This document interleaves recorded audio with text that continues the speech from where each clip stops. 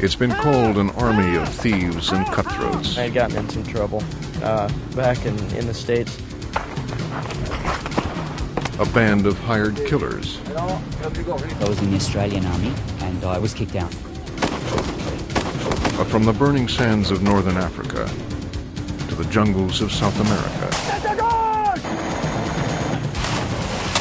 Whenever the odds are long and the battle fierce, the French Foreign Legion has been called into action. I think they are more disposable. They are ready for death.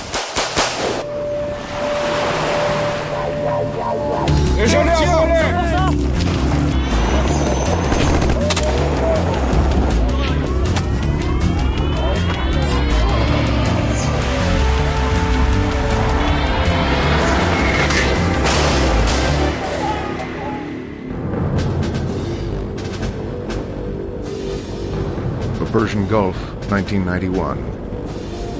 An Allied coalition unleashes Operation Desert Storm.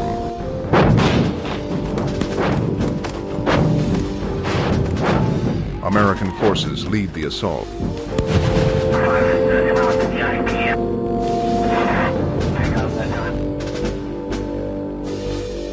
100 hours later, the Iraqis are defeated, and Kuwait is liberated.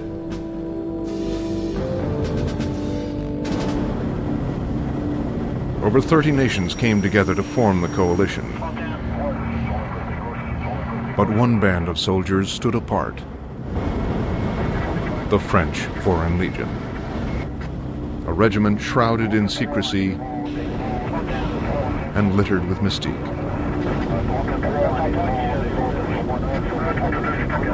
They shouldered a heavy burden.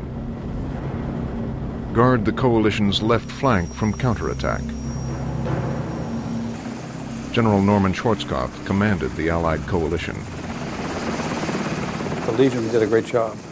They had the mobility that was required for that kind of an operation. A lot of people said when we proposed the operation in the first place, we'd bog down in the sand or we'd hit the rocks or something like that. They didn't at all. So that was really the ideal role for them.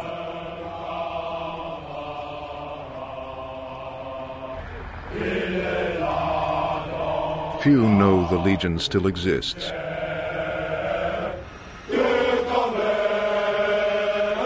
Even fewer have been inside.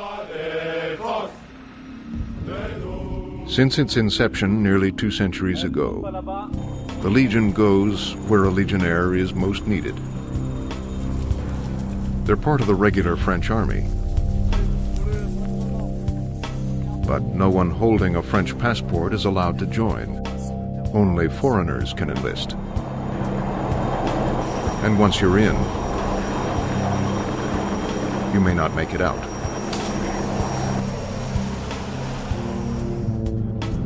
The Legion was created as a way to funnel immigrants and criminals out of France and onto the battlefield. An idea as old as war itself. Mercenaries who'll fight for profit, whatever the cost. In a quiet town in the northeastern United States, Thomas Kadish goes about his daily routine. For 2.5 years, he's worked as an auditor for a local oil company. His weapons today are calculators and computers, but they weren't always. Inside, Thomas hides secret memories of times past and battles fought. From 1980 to 1985, Kadish served in the French Foreign Legion. By the time he joined, he'd already spent 4.5 years in the U.S. Marine Corps. When being one of the few and the proud lost its edge, he went looking for something more adventurous. When I joined the Legion, I didn't know whether or not I'd lived through the 5 years. My goal was to be a mercenary. Life expectancy of a mercenary isn't very high. I figured my life expectancy as a legionnaire would be about the same. Today, more than 8,000 men from over 130 countries serve in the French Foreign Legion. Chinese, British, Australians, Finns, Americans. Colonel Bouquin is the commander of the Legion's elite 2nd Parachute Regiment. There's only one difference between the French Foreign Legion and the rest of the French army. It is the fact that we accept foreigners. For everything else, it is almost exactly the same. The same rules, the same equipment, the same weapons, the same vehicles, the same structures, same organization. With one exception. While French law allows women to serve in the army, the Legion itself won't let them in. General Bernard Grail is the highest-ranking officer in the French Foreign Legion. For the moment, it is impossible for us to accept women into the Legion, because our training system and our day-to-day life within the Legion just won't allow it. To make this family work and create a cohesive unit from this group of foreigners, we have to place everybody into a big bowl, close the lid, and shake it around. And like they do in other countries, we can't separate the men from the women. Each man is here by his own choice. Formation par groupe successif en avant. Some are on the run. Others seek a challenge. Most crave adventure and hear the calling of the warrior. If you're going to join an army, you don't want to spend all your time in garrison. You don't want to waste your time training and training and training and never getting a chance to use it. If you join the Legion, more likely than not, you're going to go to combat.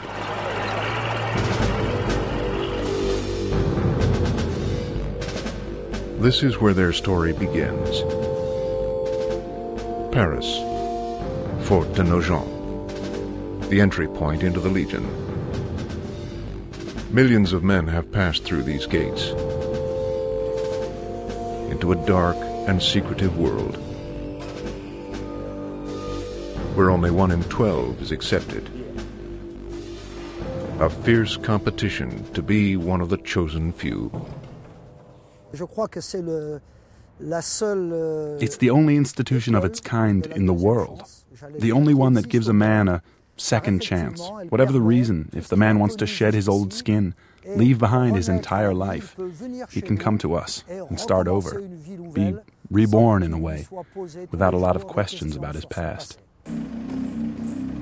The point is that when everything is all right for you in your life, you don't get the ID to join the French Foreign Legion. Only people who had some kinds of failure in their life get the ID to join the Legion. That's to say that they had a problem. Not everyone comes with baggage, but some do. 28-year-old Randolph Clark was rejected by the U.S. military. He discovered the Legion on the internet. 2 months later, he arrived in Paris. When I was around 18, 19, I had gotten in some trouble back in the States. And kind of sailed around a bit, went to college. I decided that I needed to make something happen.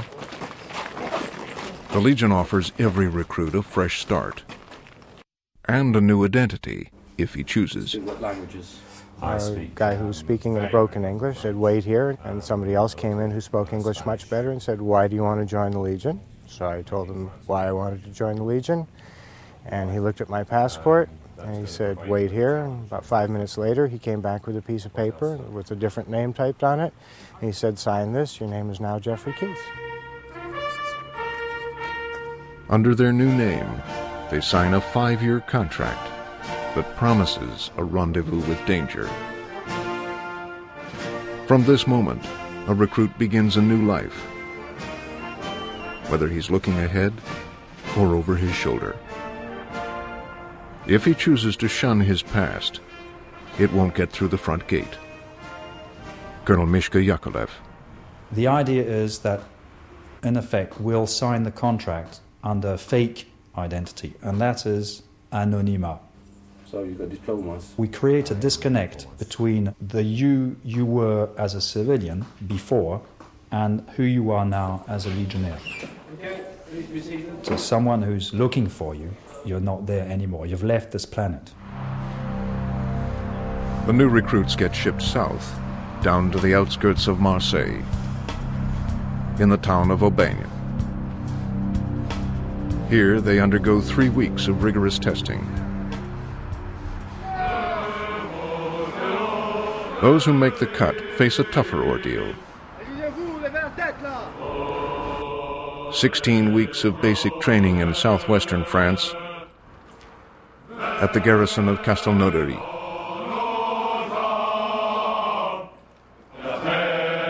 Few recruits know what goes on here, but the rumors alone drive some away. We heard that people got beaten to death in training, and if you made a mistake, you could get shot, and that their live fire exercises were really live fire.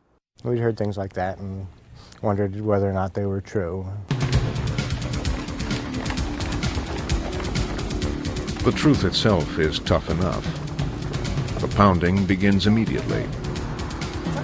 An intense test of physical fitness, mental well-being, and the sheer will to live.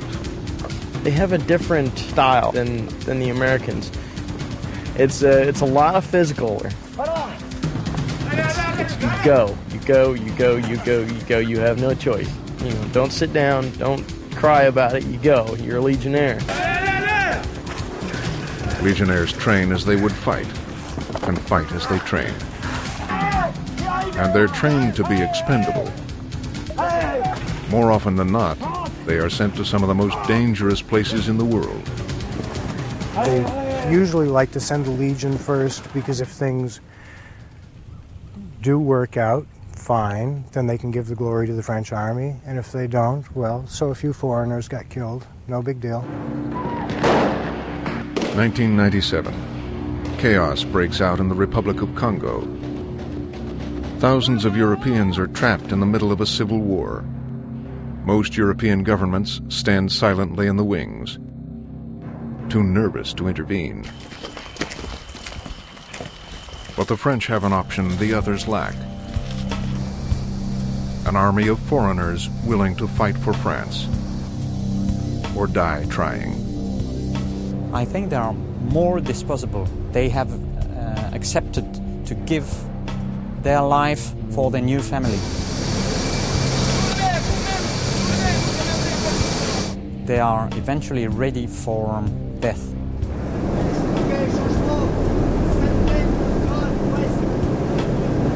The Legion deploys 600 commandos from the 2nd Paratroop Regiment.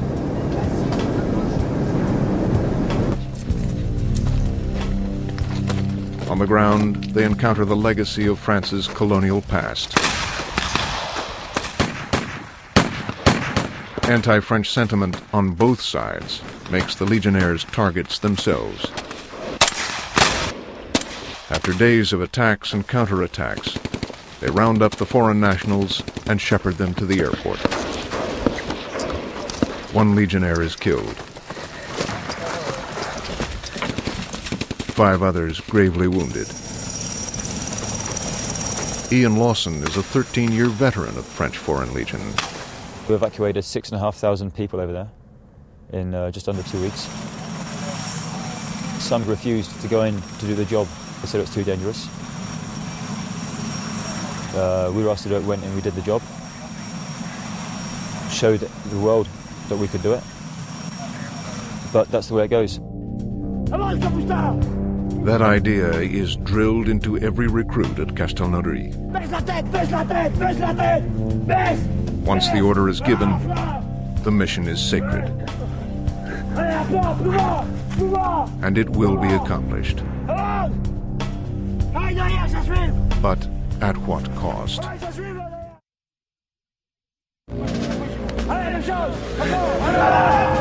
After a few weeks of basic training, recruits break into smaller units and travel to camps outside Castelnaudary. A 20-minute drive to the north is a secluded French Foreign Legion installation known as the Farm. The recruits suffer together as a team. The training methods aren't sophisticated. Exposure to cold, not enough food, not enough sleep. Being an American, I was used to eating a normal breakfast. Breakfast in the Legion is a small piece of bread and a cup of coffee. And you don't get to eat anything until about 9 or 10 o'clock in the morning. You're always running a food deficit, so you're starving to death constantly, constantly cold. When the Legion was created in the early 1800s, it quickly gained a reputation as a band of gritty loners and rebels, molded together into a single warrior unit.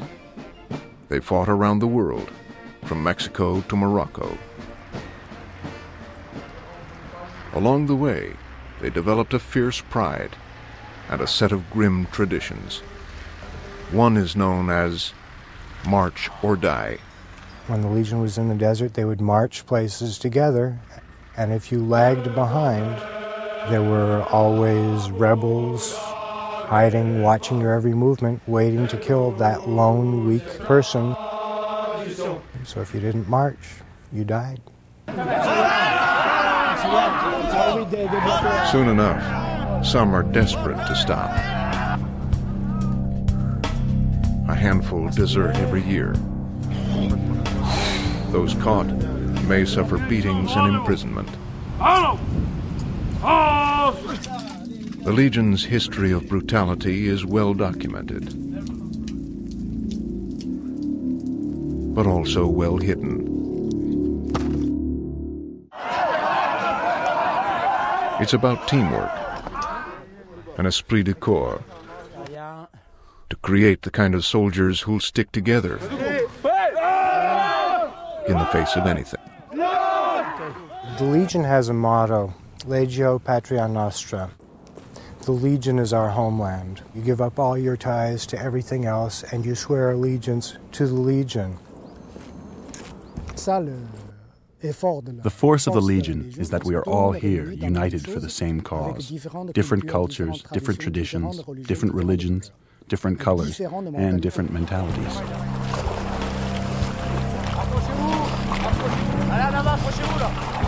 Instead of fragmenting the unit, their diversity forges a bond that keeps them together.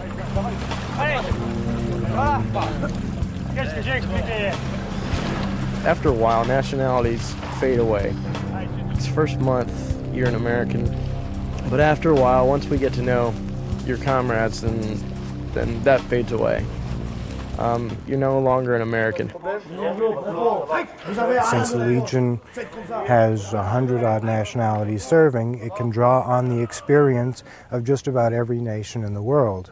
So rather than having a unique way of doing things, the Legion can provide 100 different ways of doing things. Another force bonds the soldiers together. Rangers. Language. Qu'est-ce que c'est? Une Rangers. French is the only language every recruit speaks. Engagé volontaire, aide-moi à vous avoir mon lieutenant. Béret. Many arrive not knowing a single word. He simply showed up at the door, wanting to be a Legionnaire. He's Mongolian, and of course they have a totally different alphabet and culture. C'est une Rangers. Répétez. C'est une Rangers. We took him in just like the others, but of course, it's hard, because we'd never had a Mongolian, and our two languages are so different. When you first join the Foreign Legion, it's a jungle. You've got a very, very bad level of French. Guys have got 2 months of service in the army or in the Foreign Legion. It's normal they're not going to speak the language. Qu'est-ce que c'est? The Legion makes sure you learn, Qu'est-ce que c'est? one way or another. You learn faster, you get your head kicked in. It starts off, and they're really reasonably lenient if you don't understand things. They take into account that you've only been there a short period of time, but the longer you're there, the more they expect you to know. And if you don't get with the program fast, it can get quite painful. After a few weeks, a new devotion sets in. A devotion to the Legion itself, above all else. 1962. After a bloody decade of war, France reluctantly grants independence to Algeria, long a French territory and a Legion battlefield. Forced to leave thousands of Legionnaire graves behind them, the Legion felt betrayed and set in motion a coup d'etat. Their plan? To assassinate French President Charles de Gaulle. A Legionnaire sniper was chosen and sent to Paris. Ultimately, the plot failed. Some speculate that it was foiled when de Gaulle's route was changed at the last minute. But the Legion suffered irreparable damage. The French government acted to ensure such an insurrection could never be repeated. The elite 1st Parachute Regiment was disbanded, and another created in its place. It was moved offshore, far from the seat of government, but well within the sights of the French army. They realized that the Legion itself, as an independent army, could be very dangerous to the French government. So what they did was they brought it under the auspices of the French army itself, whereas prior to that, the Legion was totally independent. Today's recruits enter a Legion far different than that of a half-century ago. It's very important to keep the Legionnaires training all the time, to keep them busy, because we're used to say that a Legionnaire who is not working is a Legionnaire able to do mistakes.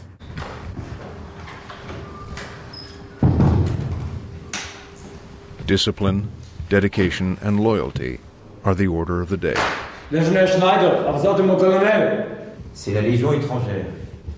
Orders flow from French officer to foreign Legionnaire, without question. Tu as des bons résultats?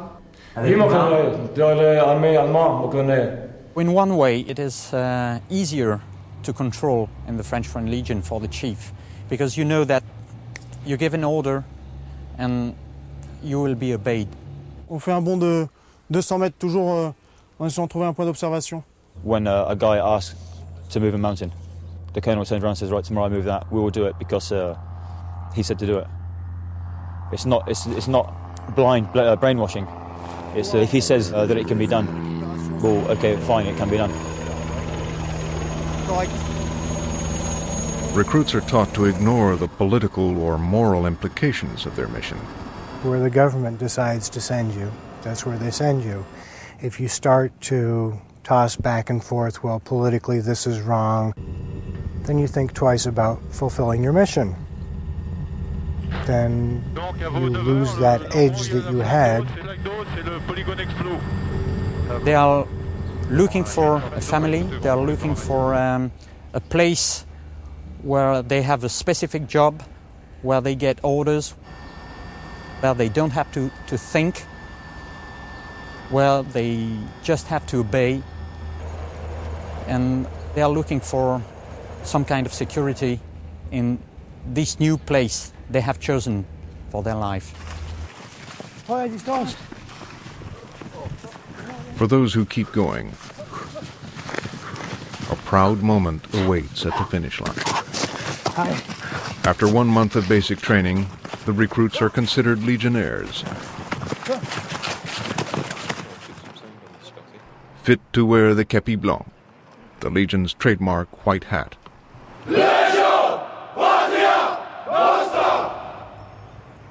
It's a proud feeling when you put on the white hat, and it's an exclusive club, very exclusive club. Very few people wear them. Nous promettons de servir avec honneur et fidélité. Once you become a Legionnaire after that 1 month period of time, then the training really starts. Then they can get tough because you've shown you can make it through that first bit of training and the basic indoctrination. Beyond that, then they have to teach you everything that's involved in being a Legionnaire from day to day.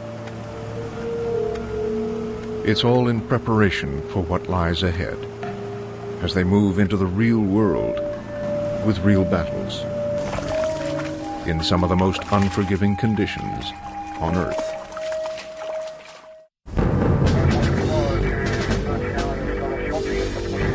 For almost 2 centuries, the desert has been a battleground for the French Foreign Legion. Chad, Tunisia, Morocco, the great garrisons of the African dunes. Once Legionnaires pass their 4 months of basic training, they may wind up here, Djibouti, one of the hottest countries on Earth. The thing about Djibouti is it's so far away from what we consider to be the conventional world. You're away from the eyes of anybody. Anything can happen. You follow orders, because if you don't, you can disappear. Perched on the Horn of Africa, this former French territory is a mere fraction the size of France, with 1/100th the population. But it's where the action is. Captain Philippe Delapelle commands a Legion unit isolated in the desert. It is a very good place for us because it is close from Somalia, Ethiopia, Eritrea, so places which are quite dangerous. The Legion has come at the request of the Djibouti government to guard the borders and thwart terrorists looking for a new home. 11, 12, 13 en avant. Direction, plein ouest, pointe à atteindre, entrée ouest de Tadjoura. Itinéraire. It's difficult, dangerous work. Out here they have a saying. 12, 12, ici 10, parlez. Only 3 things can live in this desert: snakes, scorpions, and French Legionnaires. To learn how to survive in these extreme conditions, new Legionnaires hit the beach at Arta Plage, the desert training center, home to the Legion's 1-month graduate course of the sands. I think training in the desert is very important for us. The French soldiers are numerous in Africa, and we have to know the specific conditions of fighting in desert. It's a very good school for us to be here in Djibouti. Allez, suivant. Allez, bagatelle. Regarde. Voilà derrière. Regarde. Bagatelle. Regarde. Gauche droite. Gauche droite. Early each morning, Legionnaires like Wolf Dren awake for desert commando training. Gauche droite. Gauche droite. Coup de boule. I'm expecting a physical effort. I want to find out how much I'm capable, mentally and physically. And of course I'm searching of adventure. Even at 6 a.m., the mercury climbs above 100 degrees.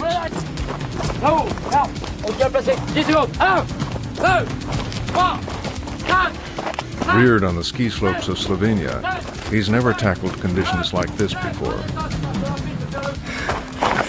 He's been kept awake for the past 36 hours. He paddled all night, then did a forced march until 4 a.m.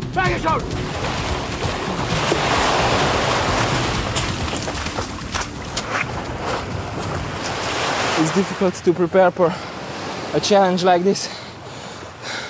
It's one time, it's the last, I hope. Legionnaires pride themselves on their camaraderie, but they also learn to function as an army of one. Like all elite units, they master hand-to-hand combat, using whatever's available. The subtleties of the knife and the garrote. We're not special force. I think that is where we have an advantage. It's not exactly training, it's specifically knowing how to do things. The Legion has something else, a certain capability to withstand hardship and duress. The Legion is self-sufficient anywhere. The American military, when they go in, if they don't have it with them, they're at a loss. We're so used to dealing with, making do with nothing, that we take what we need, water and ammo.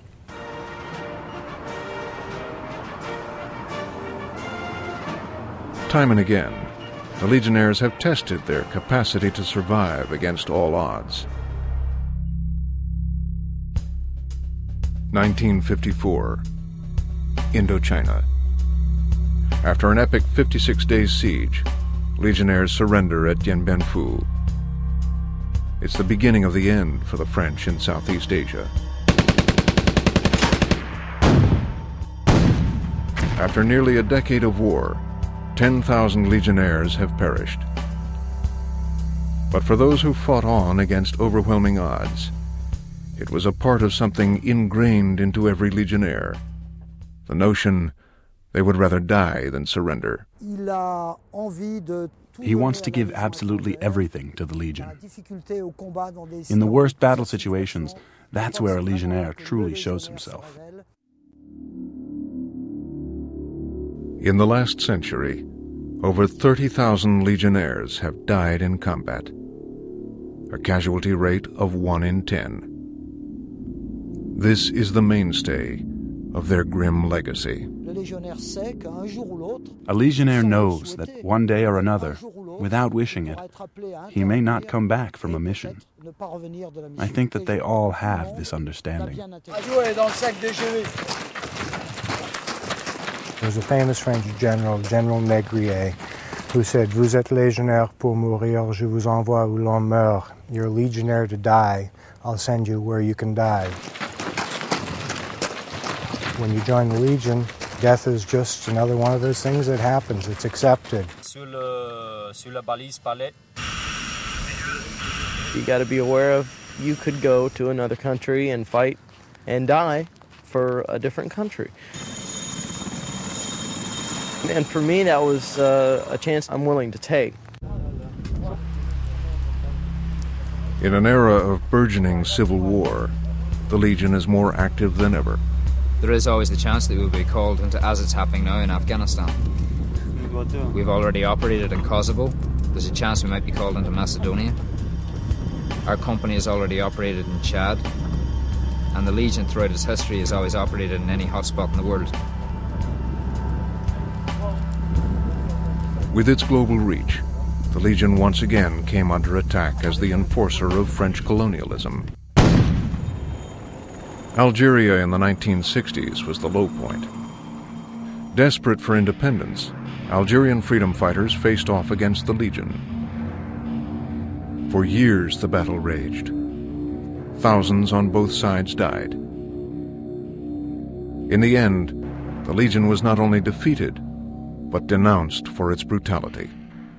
Not everything is peaches and cream. The world is a rough place for a lot of people. Just because things are cushy here in America for most people doesn't mean that that's what they are elsewhere in the world.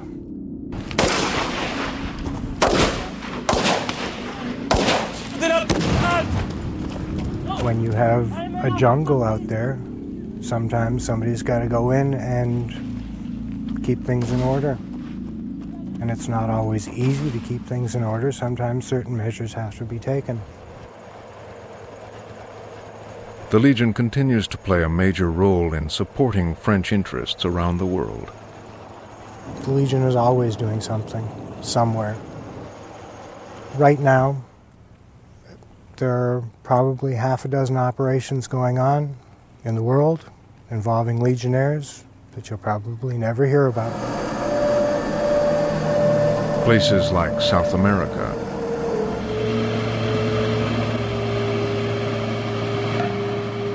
where Legionnaires come face to face with the hidden dangers of the Amazon.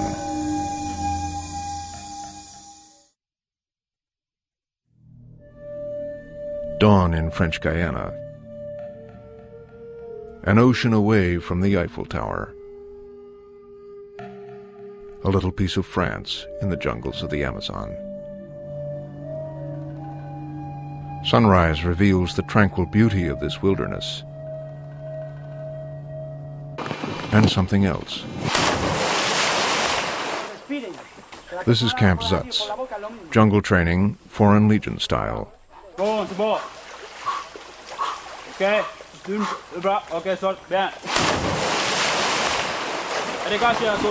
Armies from around the world come here to train.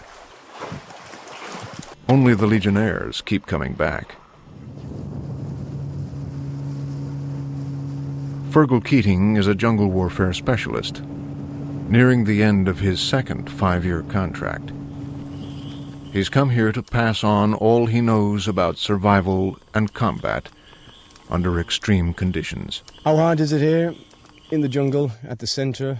It will depend on the attitude of the student, if he's strong-minded. The jungle is where the strong become weak and the weak become strong. It's a very good test of character builder. As in real combat, there's no safety net here. Accidents are just another part of Legionnaire life. If you train hard, there are a few casualties. It's a real risk. And if you die, well, that's one of those unfortunate aspects of training.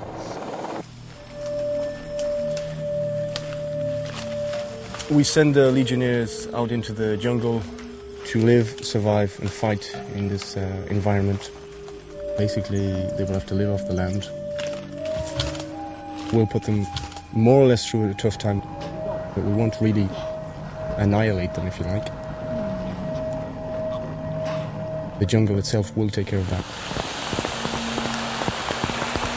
The thing that makes a Legionnaire tougher than any other soldier in the world is it's a mental toughness. You have to be able to deal with harsh situations, crude surroundings, everything being tough, and you have to have the attitude that you're going to be tougher. Malaria, dengue fever, yellow fever, just a few of the natural hazards. Major Marco Berti is a Legion doctor assigned to the regiment in French Guiana. The Amazonian jungle is a place where there are sicknesses and diseases that aren't even in medical journals. They're so rare that we don't even have names for them. They haven't been documented because man doesn't often go that deeply into this jungle. There is also the danger of snake, scorpion, and spider bites. But here, Legionnaires like Bernard Robbenheimer learned to be at home. The British and the Americans started doing this sort of jungle penetration during the Second World War. I think we're one of the last military units that keeps up this trade of being able to send a platoon into the jungle completely autonomously for 2, 3, 4 weeks. Kitted out as we are at the moment, we could survive. We've got enough food and ammunition for perhaps 48 hours in the jungle.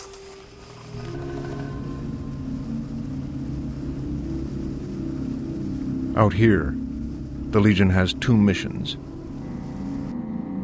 To protect this French territory against smuggling and drug running, and to guard the European Space Agency's Ariane rocket program from the ever-increasing threat of terrorism.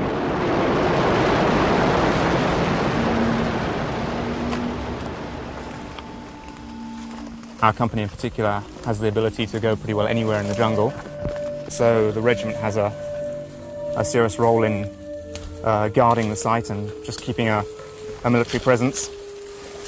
As recent events have shown us, terrorists could attack anywhere.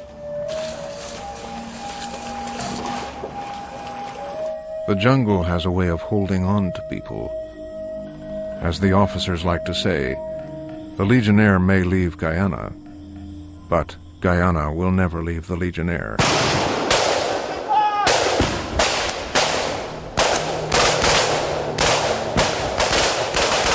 He will get out of the jungle after 3 weeks of an operation. He will be a changed man. Just to say that, he will be a very changed man. Protect the goal! Protect the first! Protect the goal!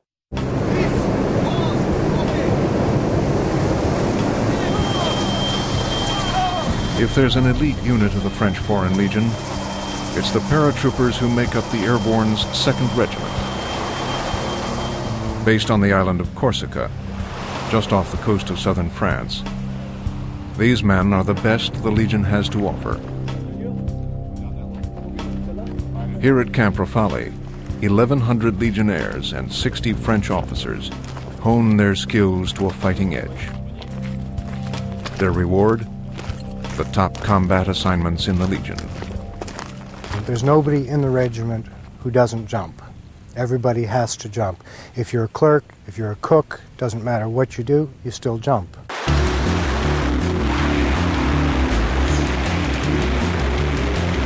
They jump in all kinds of conditions and terrain, even in full gear, at night, far out to sea. Paddy Malone has been at it with the Legion for the past 18 years. Not an easy life. It's not, it's not a pushover thing. We're soldiers, professional soldiers, trained to do a professional job. The action begins at 15,000 feet, and the training ensures they'll be ready when the real battles come. With hundreds of jumps to their credit, they're the masters of free fall. I would compare us to any other parachute regiment in the world. We can keep up with them, no problem. Rapid insertion is the backbone of special operations, like those conducted in the world's war on terror.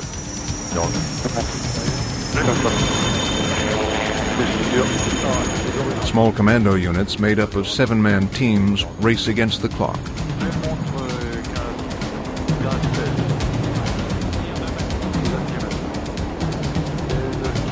From insertion to extraction, they have only 11 minutes to complete their mission. The key is to be swift, silent, and deadly.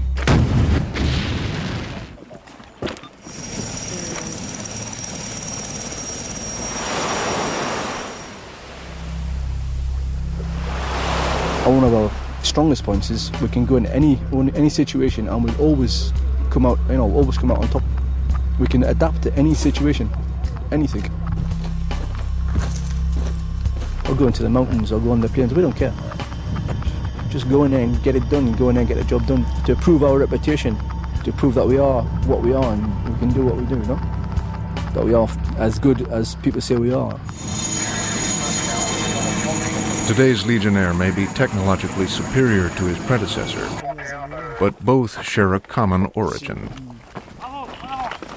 Inside, the Legionnaires are the same they were 50, 100 years ago. When they joined, they learned to build an armor. Outside, they are really strong men, good warriors, very disciplined. They look impressive. But each of them has a hidden face. No matter their reason for joining, their willingness to face death makes them the perfect soldiers. When he enlists, a Legionnaire puts his fate in his commander's hands. No questions asked. If we get sent somewhere to fight, either we finish it or we stay. Basically, the French army's got no scruples whatsoever to send us to places where you die. Because we're foreigners. Serving under the banner of the United Nations hasn't thrown off their stride. In 1993, we were in Sarajevo. We had to wear the Berry Blue. There was a big discussion, should the Foreign Legion wear a Berry Blue? if you get sent to do that particular job, to fill in that particular task, the colour of the beret doesn't matter. For us, it comes within. What will never change is the way Legionnaires and the Legion see each other.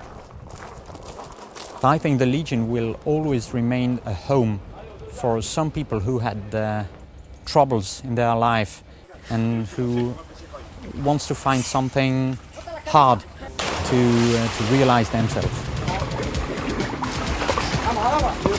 That's what makes the Legion unique. When you've got a bunch of guys that have been lived together for 5 years, they get to know each other, you know? They know when not to push and when to push. When to give a guy a smack in the head, like, you know, and not to do it. And the guys have their ups and downs, you know? It's like a family, you know? After 5 years, a Legionnaire's service ends.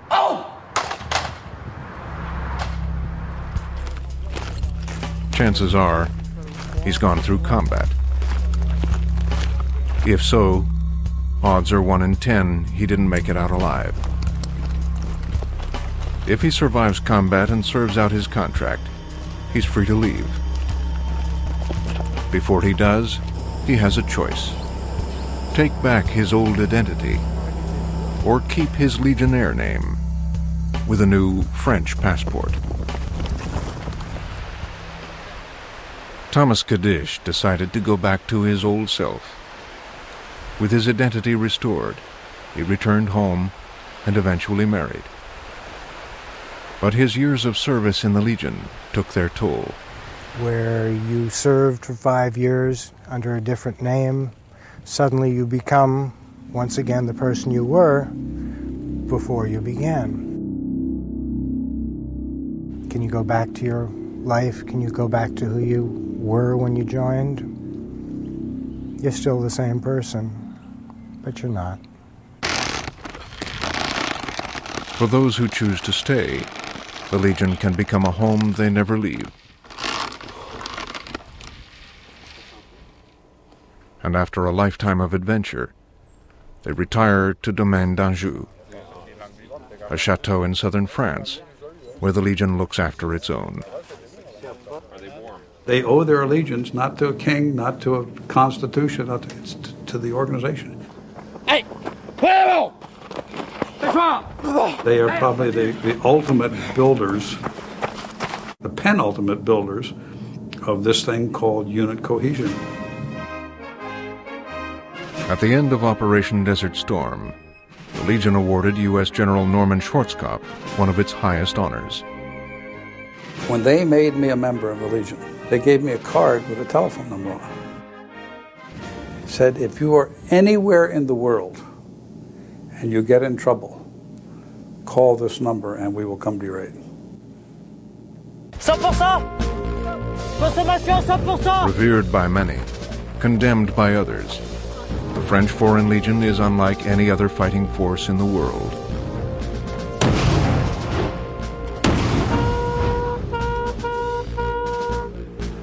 An army within an army. A depository for the world's misfits, adventurers,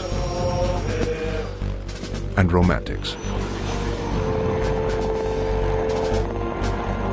Legionnaires live by a code of honor, based on discipline, solidarity, and respect. They fight for France, but swear allegiance only to each other. They're holdovers from a simpler time. Warriors first, countrymen last, fighting together until the bitter end.